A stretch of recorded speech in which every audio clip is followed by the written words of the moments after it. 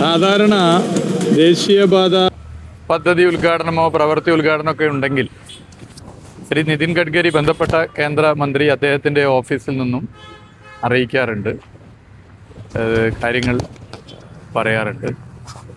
ഇത്തവണ NH-66 ഉദ്ഘാടന പരിപാടി, പ്രധാനമന്ത്രിയുടെ പരിപാടിയിൽ പൊതുമരാമത്ത് വകുപ്പ് മന്ത്രിയുടെ പേരില്ല. നമുക്കറിയാം NH-66 എങ്ങനെയാണ് കേരളത്തിൽ യാഥാർത്ഥ്യമായത്.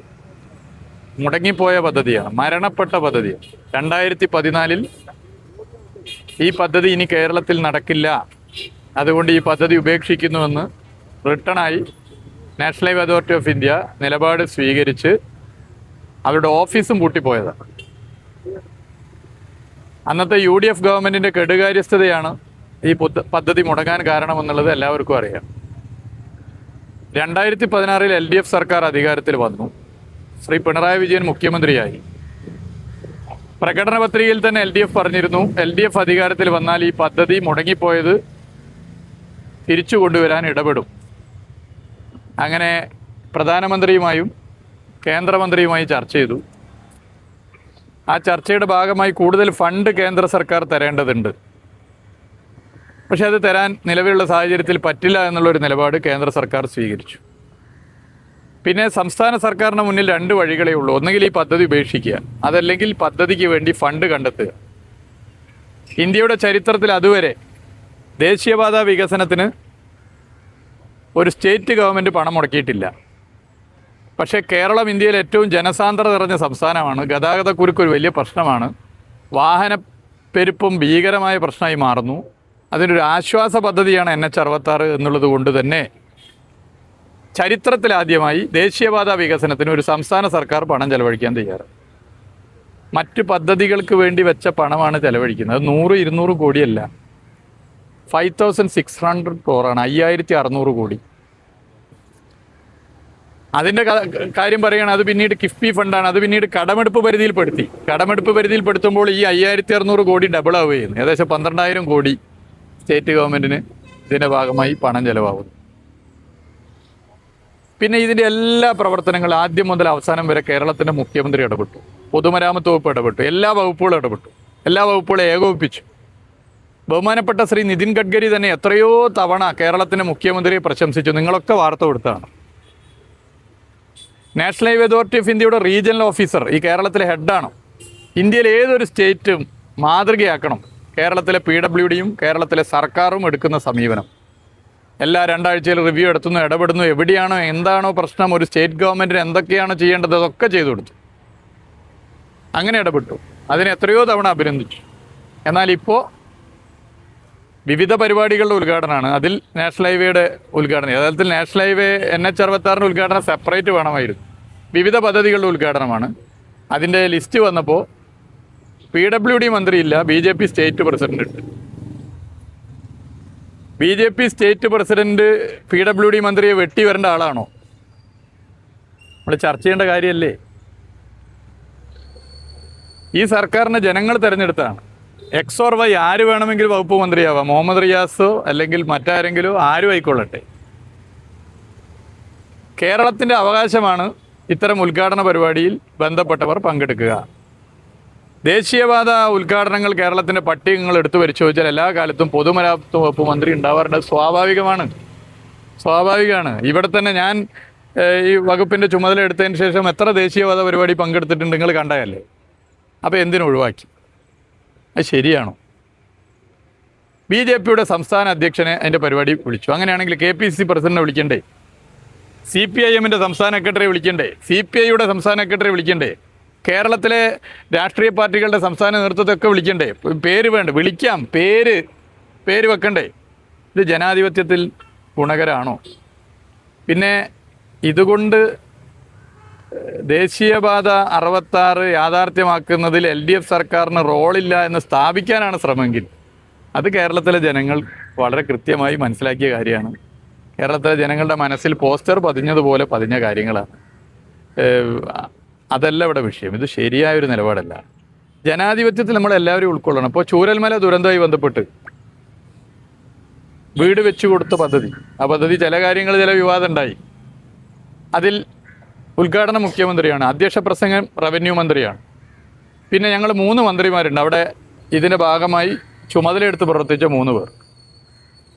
ഞങ്ങൾ അവിടെ നിശ്ചയിച്ചു, ആലോചിച്ചു, ജില്ലയിലെ മന്ത്രി, വയനാട് ജില്ലയിലെ മന്ത്രിയായ കേളു മിനിസ്റ്റർ സംസാരിച്ചാൽ മതി, ഞാനും ശശീന്ദ്രൻ മിനിസ്റ്ററും സംസാരിക്കുന്നില്ല. പക്ഷേ അവിടുത്തെ MLA സംസാരിപ്പിക്കണം. MLA UDF ആണ്. വേണമെങ്കിൽ ഞങ്ങൾക്കൊരു തീരുമാനം എടുക്കുക, 2 മന്ത്രിമാരും MLAയും സംസാരിക്കുന്നില്ല, ആർക്കും ഒന്നും പറയാൻ പറ്റില്ല. മന്ത്രിമാർ സംസാരിക്കാത്തടുത്ത് MLA വേണോ എന്നൊക്കെ വേണമെങ്കിൽ ആലോചിച്ച് തീരുമാനിക്കുക. പക്ഷേ അവിടുന്ന് ഞങ്ങൾ ആലോചിച്ചത് MLA വേണം, സ്ഥല MLA ആണ്. സ്ഥല MLAക്ക് ഒരു ബഹുമാനം കൊടുക്കുക, രാഷ്ട്രീയമല്ല ഇതിൽ. ഇതാണ് ഞങ്ങളെടുത്ത സമീപനം. അപ്പോൾ ഇതിലൊക്കെ അങ്ങനത്തെ സമീപനമാണ് സ്വീകരിക്കേണ്ടത്. അതിന് പകരം പൊതുമരാമത്ത് വകുപ്പ് മന്ത്രിയെ വെട്ടി പകരം BJP സംസ്ഥാന പ്രസിഡന്റിൻ്റെ പേര് വരിക എന്നൊക്കെ പറഞ്ഞാൽ അത് ഗുണകരമാണോ? ഇത് പൊതുമരാമത്ത് വകുപ്പിനെയോ സർക്കാരിനെ അപമാനിച്ചല്ല, കേരളത്തെ അപമാനിക്കില്ല. കേരളത്തെ അപമാനിക്കുന്ന ഒരു നിലപാടായി.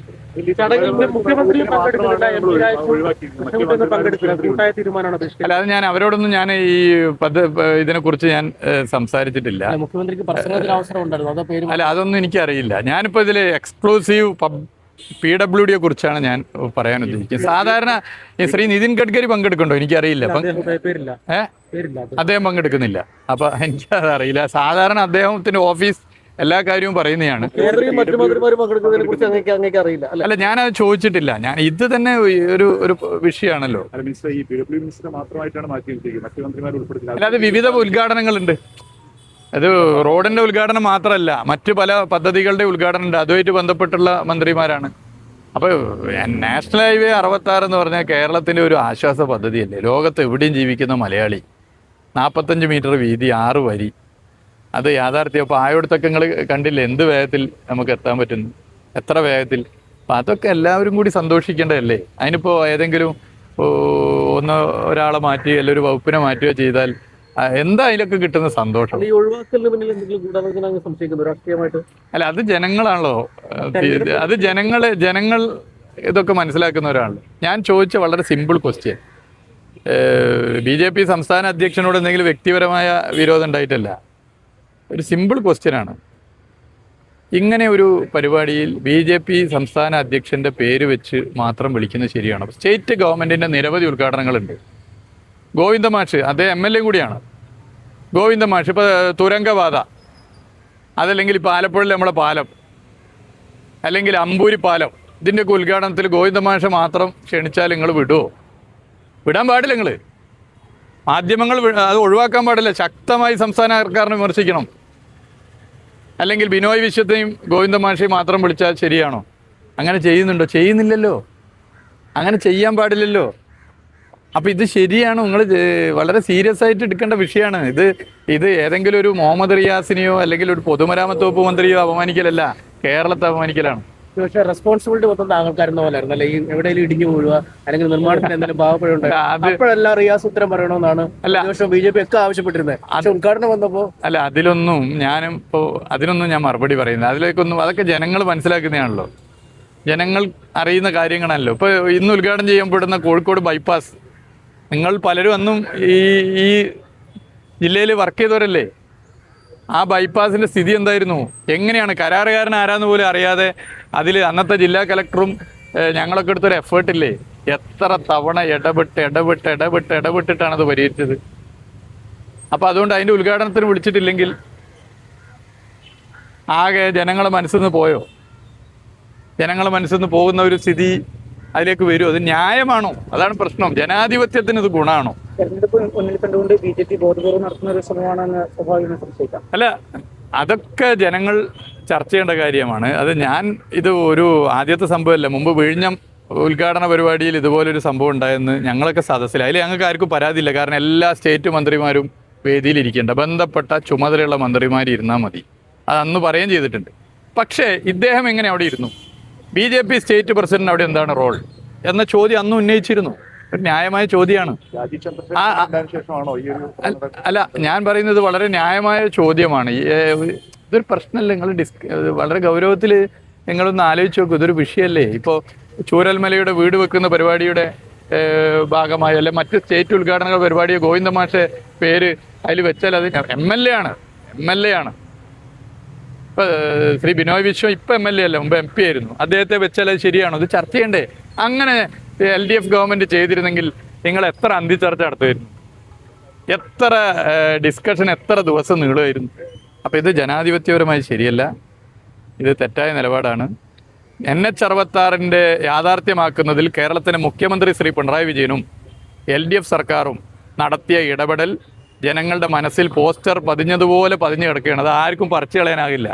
അതേത് ഉദ്ഘാടനത്തിന് വിളിക്കാതിരിക്കുകയോ അല്ലെങ്കിൽ മറ്റെന്തെങ്കിലും ഒതുക്കലോ വെച്ചുകൊണ്ട് ജനങ്ങളുടെ മനസ്സൊന്നും ഒതുങ്ങി പോകുന്നില്ല എന്നുള്ളതൊരു യാഥാർത്ഥ്യം.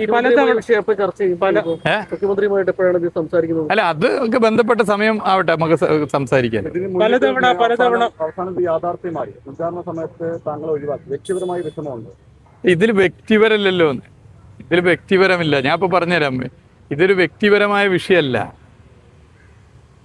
ഇതിൽ ഒരു കാര്യം ഞാൻ പറഞ്ഞുതരാം. ഇതിൽ പൊതുമരാമത്ത് വകുപ്പും LDF സർക്കാരും NH-66 ഫണ്ട് ചെലവഴിക്കുക മാത്രമല്ല, ഇടപെട്ട രീതികളുണ്ട്. ഇടപെട്ട രീതി ഇതേ NH-66 മറ്റ് സ്റ്റേറ്റിൽ സ്ലോ ആയി, ഒച്ചിൻ്റെ വേഗത്തിലാണ്, ഇവിടെ വേഗത്തിലാണ് ദേശീയ മാധ്യമങ്ങൾ റിപ്പോർട്ട് ചെയ്തില്ലേ? ഇതൊക്കെ ജനങ്ങൾ കാണുന്നുണ്ട്, ജനങ്ങൾ മനസ്സിലാക്കുന്നുണ്ട്. നിതിൻ ഗഡ്കരി പലതവണ സംസ്ഥാന സർക്കാരിനെ താങ്കളെ അഭിനന്ദിച്ചിട്ടുണ്ട്. അപ്പോൾ അദ്ദേഹം ചടങ്ങിൽ പങ്കെടുക്കുന്നില്ല, അദ്ദേഹത്തെങ്കിലും താങ്കൾ പ്രതിഷേധം അറിയിക്കുക, അങ്ങനെ എന്തെങ്കിലും? അല്ല, എനിക്കത് എന്താണ് അതിൻ്റെ ശ്രീ നിതിൻ ഗഡ്കരി എന്തുകൊണ്ട് ഈ പരിപാടിയിൽ പങ്കെടുക്കുന്നില്ല എന്ന് എനിക്കറിയില്ല. കാരണം അദ്ദേഹം ഈ NH-66 യാഥാർത്ഥ്യമാക്കാൻ ഈ 5 കൊല്ലം ഞങ്ങളുമായി ഏറ്റവും അധികം കണക്ട് ചെയ്ത ഒരു വ്യക്തിയാണ്. അപ്പോൾ യഥാർത്ഥത്തിൽ അദ്ദേഹം ഈ പരിപാടിയിൽ പങ്കെടുക്കേണ്ടതായിരുന്നു.